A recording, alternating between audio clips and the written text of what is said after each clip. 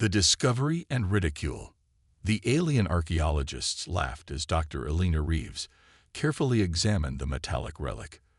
Their chittering sounds echoed through the vast excavation chamber, bouncing off walls untouched for millennia.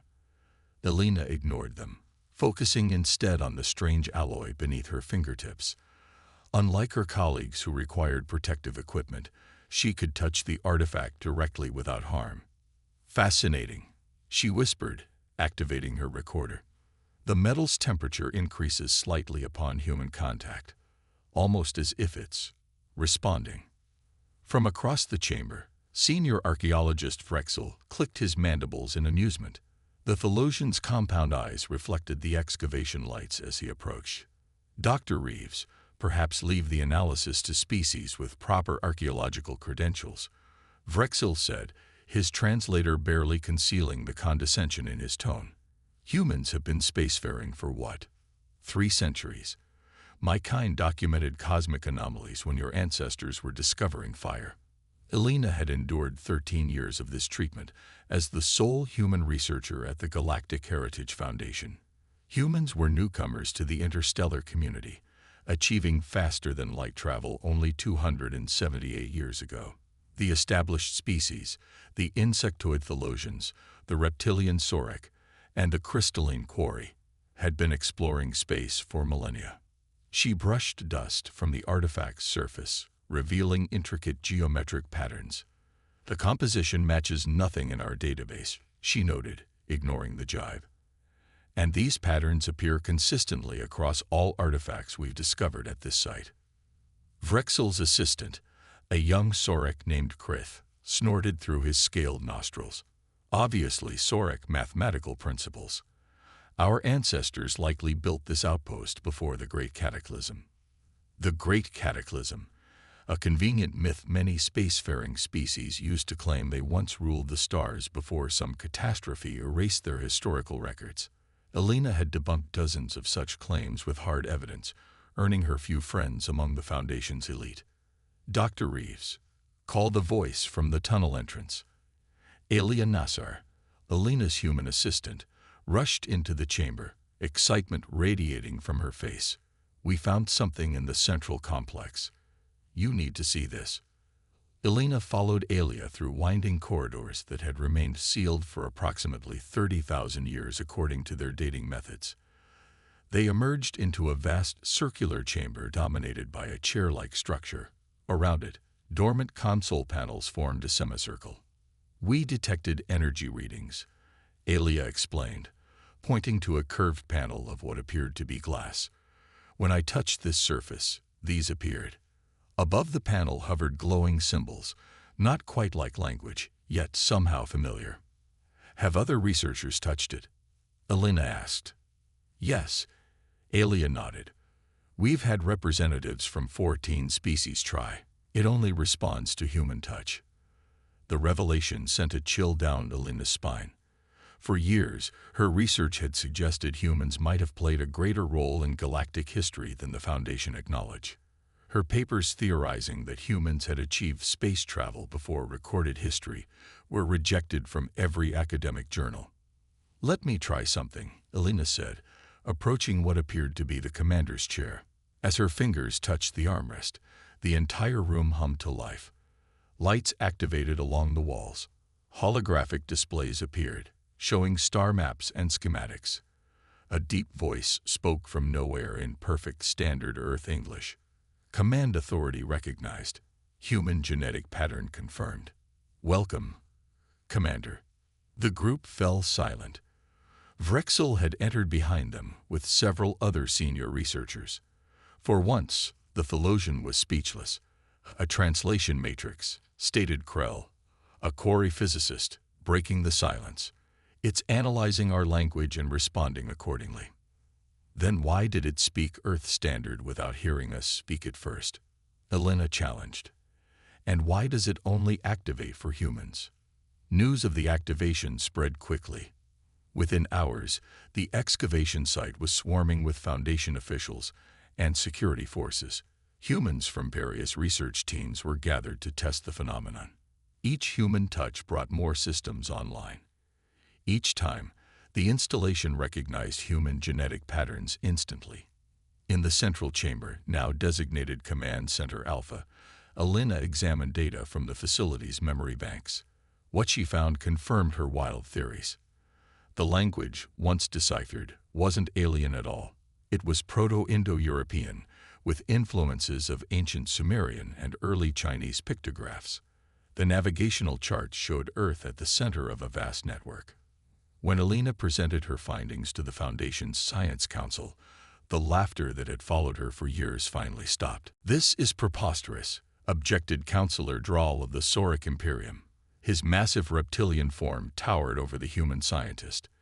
"Humans barely mastered fusion energy 5 centuries ago. The notion that your primitive species built this outpost is not just wrong. It's insulting." Alina displayed holographic images of symbols found throughout the facility.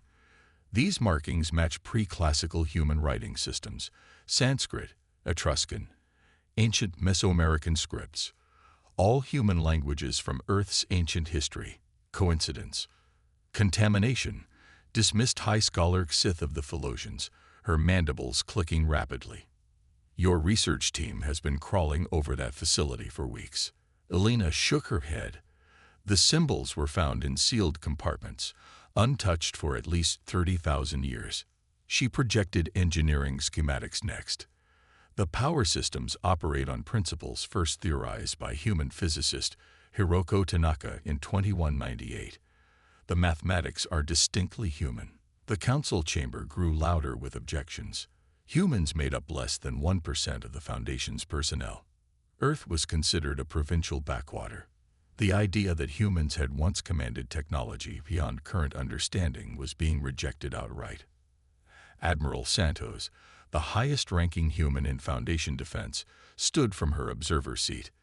"Dr. Reeves, while I appreciate your enthusiasm for human achievement, even I find these claims difficult to accept. Our historical records show no evidence of space travel before the 22nd century." "That's exactly my point, Admiral," Alina replied. "Our records are incomplete. Something happened to erase humanity's true history." The Grand Arbiter, an ancient quarry whose crystalline body pulsed with blue light, raised a limb for silence. "Dr. Reeves, your theories lack substantial proof. Do you have anything beyond these circumstantial connections?" Alina nodded to Alia, who wheeled forward a small container. "Yes, Arbiter. I have definitive proof." From the container, Alina removed a metallic sphere about the size of a human head. Its surface gleamed with the same strange alloy as the ancient facility. "This was found in the central command chamber. It appears to be an artificial intelligence core. We've determined it's still functional but dormant." The chamber quieted as curiosity overtook skepticism. "All attempts to activate it using standard Foundation protocols have failed," Alina continued. "However, we discovered its interface." Alina placed her palm on the sphere. Immediately, it hummed to life. Blue light spilled from seams that appeared in its surface. The sphere rose from her hands, hovering at eye level. Identity confirmed. Human genetic pattern recognized. "Activation protocol accepted," spoke the sphere in a clear, resonant voice. Gasps echoed through the chamber as the sphere projected a holographic display showing humans in uniforms operating what appeared to be a massive space installation. "I am Strategic Intelligence Unit 7293, created by the Human Stellar Alliance in the year 27,891 BC by your current calendar. I served aboard the Vigilant Dawn, command center of the 7th Fleet under Admiral Helena Kwan." The council chamber fell into stunned silence. "Impossible," whispered Admiral Santos. The AI continued.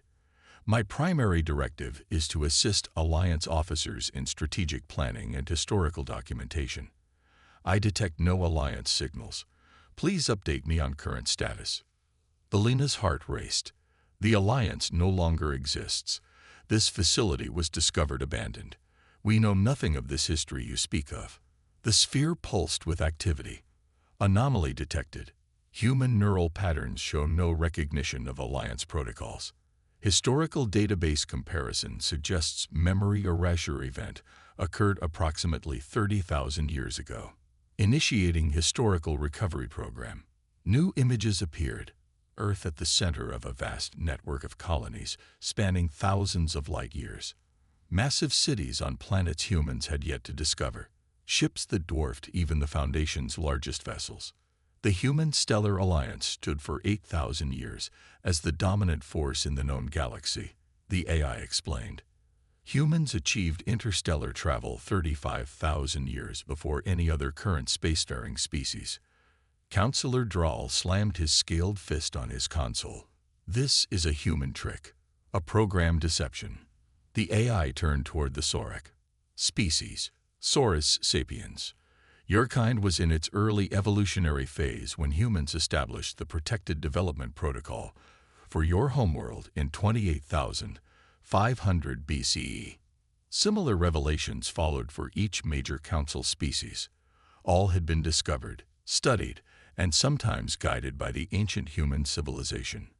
If this is true, the Grand Arbiter's translator conveyed, why did this great human empire disappear? The AI sphere dimmed slightly, data corrupted. Historical records indicate a catastrophic conflict with an enemy designated as the Void.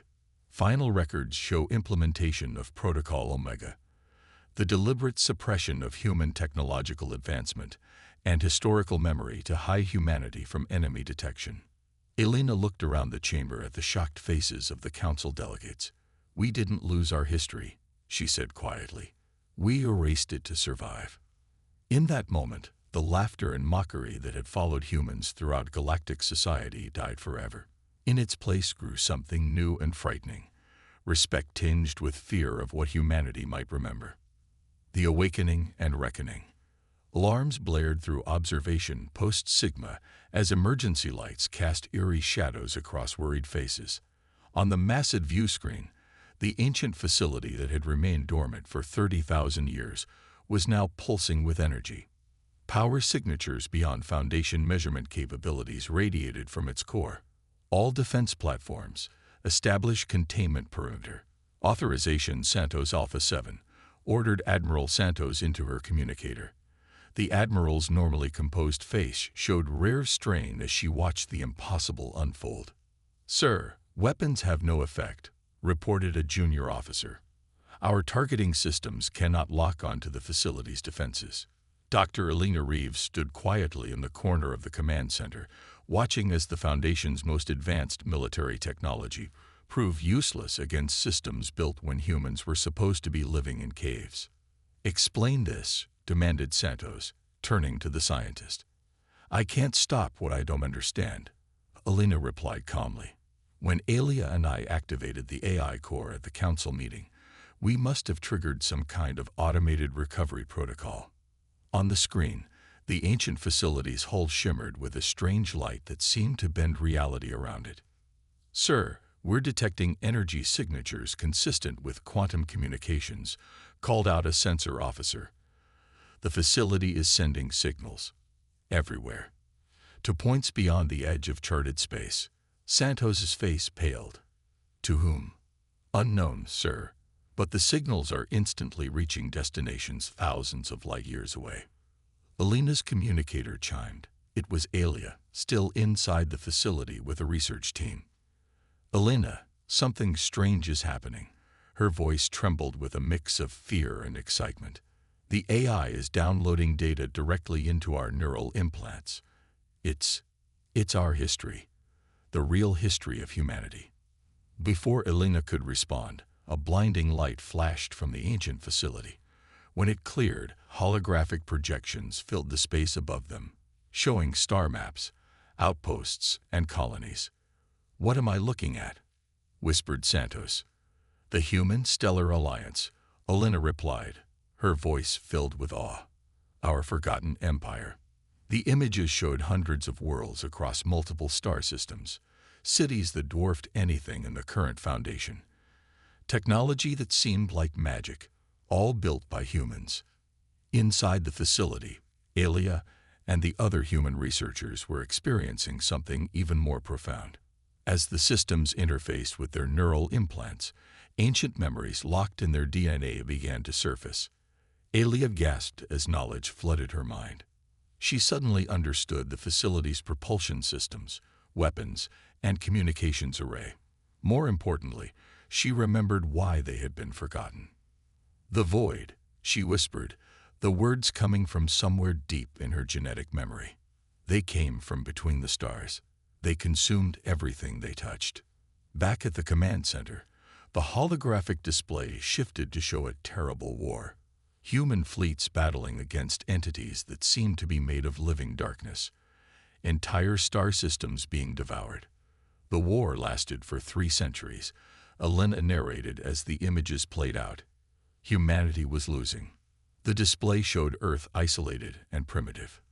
Scientists working on a massive device. They wiped their own memories, Elena continued. They regressed human civilization back to the Stone Age.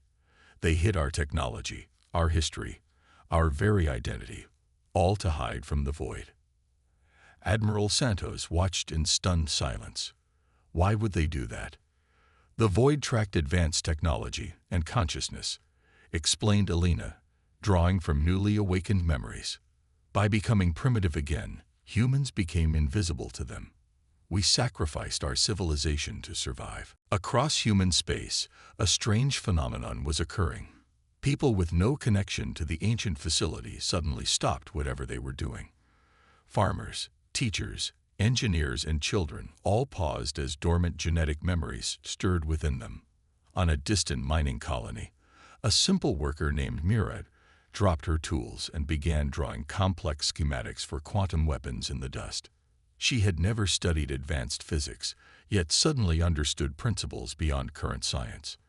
In the Earth capital, a kindergarten teacher named James suddenly spoke a language no one had heard before, the command language of the Alliance fleet.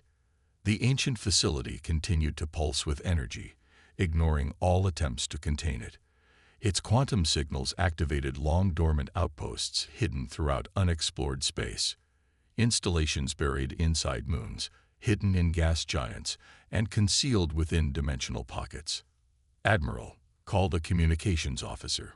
"We're receiving reports from across human colonies. People are remembering things, skills they never learned, places they've never been." Santos turned to Elena. "What's happening to our people?" "The Alliance didn't just hide their technology," Elena explained, feeling memories unlock in her own mind. "They encoded their knowledge into our DNA, designed to activate if their legacy was ever rediscovered. We're not just remembering our history. We're becoming who we once were." The facility suddenly opened a communication channel. Alia's face appeared on screen, but her expression had changed. She stood straighter, with the confident bearing of someone much older and more experienced than the young researcher who had entered the facility.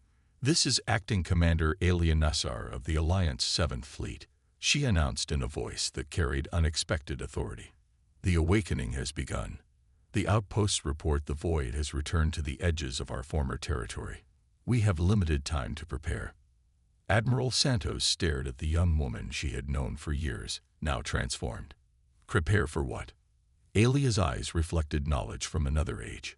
"To finish the war we were forced to abandon 30,000 years ago. The memory wipe was never meant to be permanent, just long enough for the void to believe we were extinct. Now we must remember everything, or there will be nothing left to save." As she spoke, the ancient facility began to glow with power that defied understanding. Humanity's forgotten legacy had awakened, and with it, the memory of an enemy that consumed stars. The Foundation Council chamber had never been so filled with fear. Representatives from 37 species sat in stunned silence as they watched footage of an ancient human outpost passing completely unharmed through the strongest containment field in Foundation space. The facility simply phased into another dimension before reappearing on the other side, completely unaffected. "This is impossible," whispered High Counselor Drawl of the Sorak. His species had long prided themselves on their military might. Now their most advanced defenses looked like children's toys. At the center of the chamber, Human Ambassador Chen stood calmly. In the 3 weeks since the ancient facility's awakening, he had changed. All humans had. His posture was different. His eyes held knowledge that hadn't been there before.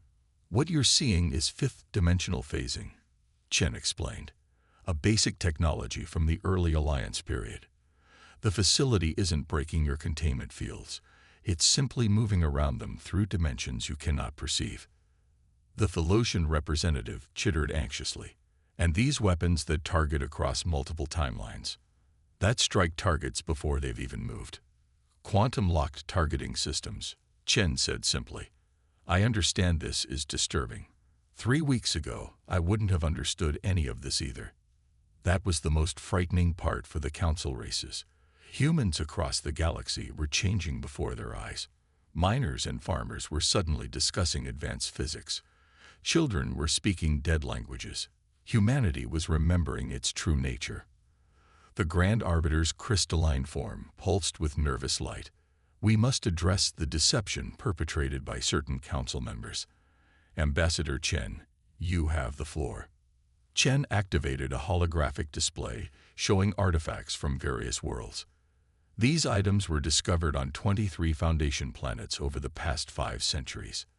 All were classified as unknown origin and sealed in restricted archives. The items were clearly of human design, matching the technology of the ancient facility. "The Sorek Science Ministry knew of our past," Chen continued, "as did the Thelosian Historical Council and the Quarry Directorate. You found our artifacts. You studied our technology. And you hid the evidence, even as you mocked our species as primitive newcomers." Silence filled the chamber. No denials came. Finally, Supreme Director Krell of the Quarry stood, his crystalline form trembling. "What would you have had us do?" he demanded. "Tell the galaxy that the seemingly harmless humans were once the most powerful force ever known, that they commanded technologies we still cannot comprehend. We feared what would happen if you remembered. And now we have," Chen said quietly. "In the 3 weeks since the awakening began, humanity had changed forever. The genetic memory triggers embedded in human DNA had activated across every colony. Knowledge locked away for 30,000 years was returning. On the colony world of New Terra, Farmer Elise woke one morning understanding how to build quantum communication arrays. By sunset, she had constructed a device that could send messages across the galaxy instantly, using materials from her farm equipment. In the mining colonies of the outer systems, simple laborers began building weapons that could target enemies through solid matter. Engineers suddenly understood propulsion systems that bent reality itself. Most disturbing to the Foundation was the change in human behavior. The once adaptable, somewhat submissive species had developed a quiet confidence that bordered on dismissive toward technologies they had once admired. Back on the ancient facility, now renamed Vigilant Dawn, Acting Commander Alia received reports from awakened outposts across the galaxy. Installations hidden in dimensional pockets, inside stars, and beneath the surfaces of supposedly uninhabited planets were coming online. Some outposts had maintained autonomous function for 30,000 years, patiently waiting for humanity to remember. "Status report," Alia ordered, standing on the command deck that hummed with power beyond Foundation understanding. 17 defense stations are operational, reported Tactical Officer James, the former kindergarten teacher. The dimensional barrier around the Sol system is at 60% strength. Early warning networks detect void activity at the galactic rim, approximately 12 light-years from Foundation space. Alia nodded. "Time estimate until contact. The void is moving slowly, perhaps testing for resistance. At current speed, 4 months until they reach populated systems." On a Foundation military station, Admiral Santos met with human officers who now outranked her in ways that had nothing to do with official hierarchy. Their genetic memories made them veterans of a war that had ended 30,000 years ago. "What exactly is the void?" Santos asked Dr. Elena Reeves, who now carried the memories of a senior Alliance scientist. Elena's eyes unfocused slightly as she accessed ancient knowledge. "Not a what, but a who. They existed before stars. They feed on energy, particularly the energy of conscious thought. For billions of years, they slept in the darkness between galaxies. Our expansion woke them. Elena projected an image showing entities of living darkness moving between stars. They cannot be reasoned with. They exist only to consume. When we faced them 30,000 years ago, we had 8,000 years of technological advancement beyond what any species in the Foundation has now. And we were losing. Santos stared at the image with growing dread. Then what hope do we have? We didn't just erase our memories, Elena explained. We had a plan. The memory wipe was Phase 1. Make humanity invisible to the void. Phase 2 was the encoding of our knowledge into our genetic structure, waiting to be reawakened. And Phase 3. Elena's eyes gleamed with the light of ancient knowledge. Phase 3 was the weapon we never had time to deploy. It's been building power for 30,000 years, hidden in dimensional space where the void couldn't detect it. The Alliance's final gift to their descendants. As she spoke, across human space, forgotten technology was awakening. Ships hidden in dimensional pockets were emerging. Weapons that could target across time itself were powering up. And humans who had been dismissed as primitive newcomers were remembering what they once were, the most advanced species the galaxy had ever known. In the Foundation Council chamber, Ambassador Chen looked at the assembled representatives of 37 species. The mockery and condescension that had followed humans for centuries was gone, replaced by fear. You hid our past from us, Chen said quietly. You laughed at our primitive technology. You treated us as children playing at science while you claimed to be the inheritors of the stars. Chen's eyes reflected knowledge from another age as he continued. Now the enemy that our ancestors sacrificed everything to escape has returned. And ironically, you need those same primitive humans to save you. The Grand Arbiter's crystalline form dimmed with shame. What would you have us do, Ambassador? Chen's expression softened slightly. What the Alliance always intended. Stand with us. Fight beside us. Our ancestors hid their legacy not just to protect humanity, but all sentient life. The weapon they created needs all of us, human and non-human alike, to operate. As Chen spoke, across the galaxy, the Vigilant Dawn and its sister installations pulsed with ancient power. Humanity had remembered what they once were. The galaxy would never mock them again. And in the darkness between stars, the void sensed the awakening of its old enemy and moved toward the light, hungry for the feast to come.